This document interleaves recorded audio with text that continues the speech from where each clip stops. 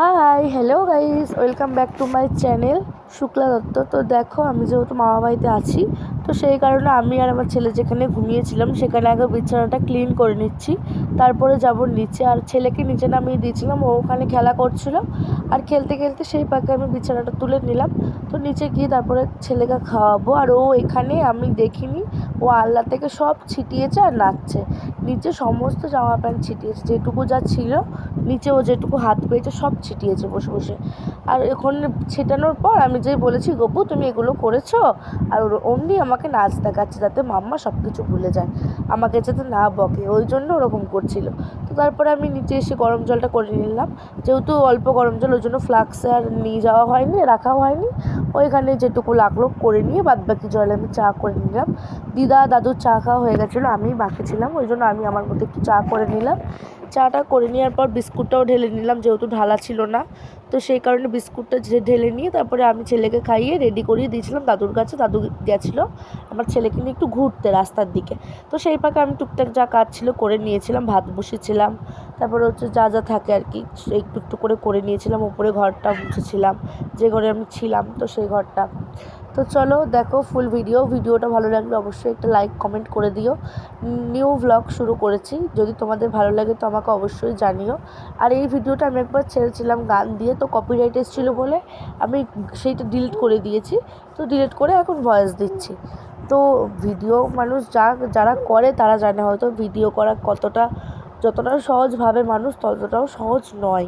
যেসব গানে কপিরাইটগুলো আসে সেগুলোকে আবার কপিরাইট ক্লেম করতে হয়। তো চলো দেখো, এই যেখানে আমার গপু খালি গায়ে একটু খেলা করছিলো, তখন ওর দুধটা ঠান্ডা হচ্ছিলো আর কি, তো সেই পাকে ও একটু খেলা করে নিচ্ছিল। আর ওখানে জলের বালতিগুলো রাখা ছিল, ও সেটাকে ফেলবে আর কি, এই ধান্দা। তো তারপরে আমি বালতিগুলো ঘরে ঢুকিয়ে নিলাম আর চলে এসেছি ডাইরেক্ট ভাত বসাতে। তো সেদিন রান্না করেছিলাম ভাত, কাঁকরোল ভাজা, আলু ভাজা, এইসবই হয়তো, আমার ঠিক মনে নেই, এটা বেশ 4-5 দিন আগেকার ভিডিও, আমি এখন ভয়েস দিচ্ছি। তো তারপরে রান্নাবান্না করে একবারে দুপুরে রান্না সেরে নিয়ে আমি স্নান করে উপরের ঘরে পুজো দিয়ে চলে গেছিলাম ছাদে আমার ছেলের জামাকাপড় মেলতে, কেচে কুচে নিয়ে। স্নান করেছি, তার আগে জামাগুলো কেচে নিয়েছি। তো তারপরে কাঁকরোল ভাজা, আলু ভাজা বসিয়ে দিয়ে এসেছি ছাদে মেলতে। তো সব কিছু ভালোভাবে মেলে নেওয়ার পর যাব আবার নিচে রান্নাবান্না শুরু করতে, যেহেতু তাড়াতাড়ি রান্না করতে হচ্ছিলো, তো তাড়াতাড়ি রান্নাবান্না টোটাল মিনিমাম ওই 12টার মধ্যে কমপ্লিট করে নিয়েছি। তো দেখো, তোমাদের একটু স্পিড দিয়ে দেখিয়ে দিলাম, নাহলে হয়তো তোমাদের দেখতে ভালো লাগবে না, ওর জন্য একটু তাড়াতাড়ি করে স্পিড দিয়ে দিয়েছি।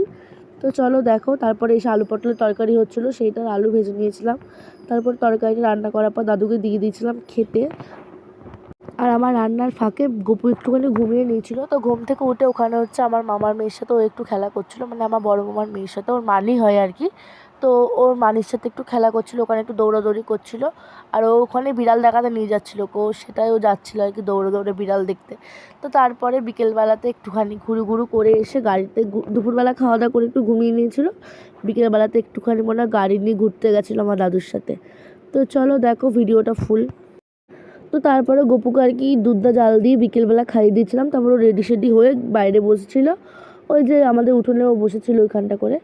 তো চলো, ভিডিওটা ভালো লাগলে অবশ্যই লাইক কমেন্ট শেয়ার করে দিও, আর প্লিজ একটা সাবস্ক্রাইব করে দিও আমার চ্যানেলে নতুন হয়ে থাকলে। টাটা।